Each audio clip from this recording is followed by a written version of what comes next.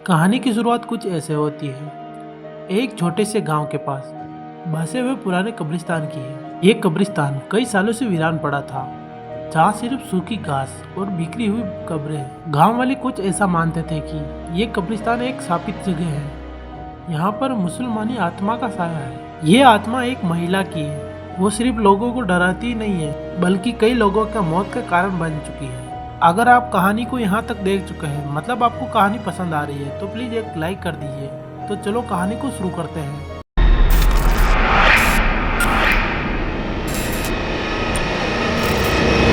Midnight chills. ये बात 1947 की है, जब भारत और पाकिस्तान का बंटवारा हुआ था। उसी समय की बात है। एक परिवार को इस गांव के पास शरण लेनी पड़ी। इस परिवार में एक महिला थी जिसका नाम सायरा था। सायरा एक खूबसूरत और युवा लड़की थी जिसकी शादी कुछ ही दिनों पहले हुई थी। लेकिन दुर्भाग्य से भारत और पाकिस्तान के बंटवारे के समय हुए दंगों से उसका पति मारा गया था। सायरा इस दर्द को सहन नहीं कर सकी और उसके पति के साथ उसने भी जान दे दी। उसकी मौत के बाद उसे उसी कब्रिस्तान में दफना दिया गया। कुछ समय बाद गांव के लोगों ने अजीब अजीब घटनाओं का अनुभव करना शुरू किया। रात के समय में कब्रिस्तान से अजीब अजीब आवाजें सुनाई देती, जैसे मानो कोई किसी से बात कर रहा हो या फिर किसी के रोने की आवाज आती। धीरे धीरे यह घटनाएं बढ़ने लगी थी और लोग कब्रिस्तान के पास जाने से डरने लगे। एक दिन की बात है, रात का समय था, जब गांव का एक नौजवान लड़का जिसका नाम शहजाद था, वो किसी काम से गांव के पास वाले रास्ते से जा रहा था। एक कब्रिस्तान के करीब से गुजर रहा था, तभी उसे किसी महिला के रोने की आवाज सुनाई दी। आवाज इतनी दर्दनाक थी कि शहजाद का दिल कांप उठा। उसने इधर उधर देखा पर कोई नजर नहीं आया। उसने आवाज का पीछा करना शुरू किया। वो कब्रिस्तान की ओर बढ़ गया। जैसे ही वह कब्रिस्तान के अंदर पहुंचा, उसे महसूस हुआ कि कोई उसके पीछे चल रहा है। उसने मुड़कर देखा, लेकिन वहां कोई नहीं था। डर से उसका दिल तेजी से धड़कने लगा। तभी अचानक से उसने एक सफेद कपड़ों में लिपटी एक महिला को देखा, जो एक माजर के पास खड़ी थी। उसकी आंखें लाल थी और उसका चेहरा किसी भी इंसान से अलग था। वह महिला उसे देखती रही और फिर अचानक से गायब हो गई। शहजाद बुरी तरह से डर गया और भागता हुआ गांव की ओर दौड़ पड़ा। शहजाद की बात सुनकर गांव वाले सहम गए। धीरे धीरे और भी गांव के लोग अजीब अजीब घटनाओं का सामना करने लगे। कोई कहता है कि वहां किसी महिला को देखा है, तो फिर कोई कहता है कि मैंने वहां पर किसी को फुसफुसाते हुए सुना है। और एक गांव के बुजुर्ग आदमी ने दावा किया है कि मैंने अपनी आंखों से देखा है कि एक महिला ने कब्रिस्तान के पेड़ पे झूला झूलते हुए किसी को मार डाला। गांव के सरपंच ने इन घटनाओं की जांच करने का निर्णय लिया।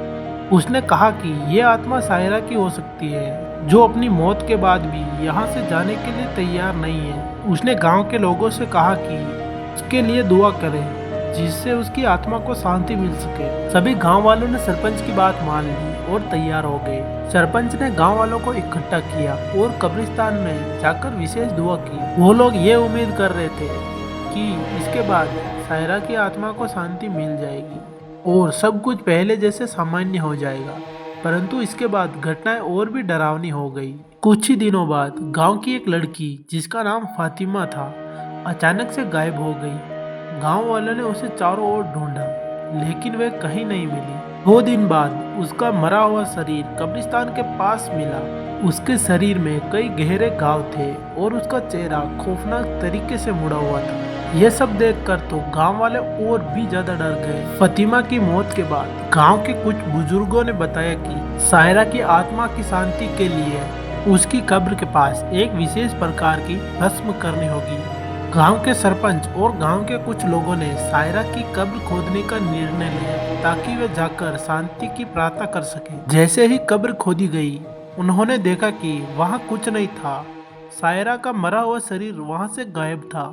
इस घटना ने पूरे गांव में खलबली मचा दी। गांव के सरपंच ने कहा कि ये एक बुरी आत्मा बन चुकी है, जो अब किसी भी कीमत पर शांति नहीं चाहती है। इस घटना के बाद गांव के लोगों ने कब्रिस्तान छोड़ने का निर्णय लिया उन्होंने उस रास्ते से जाना ही बंद कर दिया और एक नए रास्ते की खोज की। धीरे धीरे उस कब्रिस्तान को भुला दिया गया और वह जगह अब पूरी तरह से वीरान हो गई। उस दिन से कुछ साल बाद गांव में एक नया परिवार आया जिसने इस खौफनाक कहानी के बारे में सुना ही नहीं था। उन्होंने कब्रिस्तान के पास ही अपना घर बना लिया। पहले कुछ महीनों तक तो सब कुछ ठीक रहा, परंतु धीरे धीरे उन्हें भी अजीब अजीब घटनाओं का सामना करना पड़ा। एक रात परिवार का छोटा बेटा अचानक से गायब हो गया। जब उन्होंने उसकी छानबीन की तो उसका मरा हुआ शरीर कब्रिस्तान के पास पाया गया। उसके चेहरे पर भी वही खौफनाक मुड़ने जैसा निशान था जैसे फतिमा के चेहरे पर था। इस घटना के बाद किसी ने भी उस जगह पर कदम नहीं रखा। गांव के बुजुर्गों का मानना है कि सायरा की आत्मा अब भी वहां भटक रही है और अपनी मौत का बदला ले रही है। लोगों का कहना है कि अगर कोई उस कब्रिस्तान के पास जाता है तो उससे सायरा की चीख सुनाई देती है। और कुछ लोगों ने तो ये भी दावा किया है कि उन्होंने सायरा को सफेद कपड़ों में भटकते हुए देखा है जो अपने शिकार की तलाश में होती है। वो कब्रिस्तान अभी भी वहीं पर है, लेकिन वहां जाने की हिम्मत आज भी किसी में नहीं है। तो दोस्तों ये हॉरर स्टोरी यहीं पर एंड होती है। तो दोस्तों आपको ये हॉरर और डरावनी स्टोरी कैसी लगी? अगर आपको ये स्टोरी अच्छी लगी हो तो वीडियो को लाइक कर देना और चैनल पर नए हो तो चैनल को सब्सक्राइब कर देना ताकि इससे भी हॉरर और डरावनी स्टोरी आपको फिर से देखने को मिले। तो चलो मिलते हैं किसी नेक्स्ट हॉरर स्टोरी में, तब तक के लिए राधे राधे।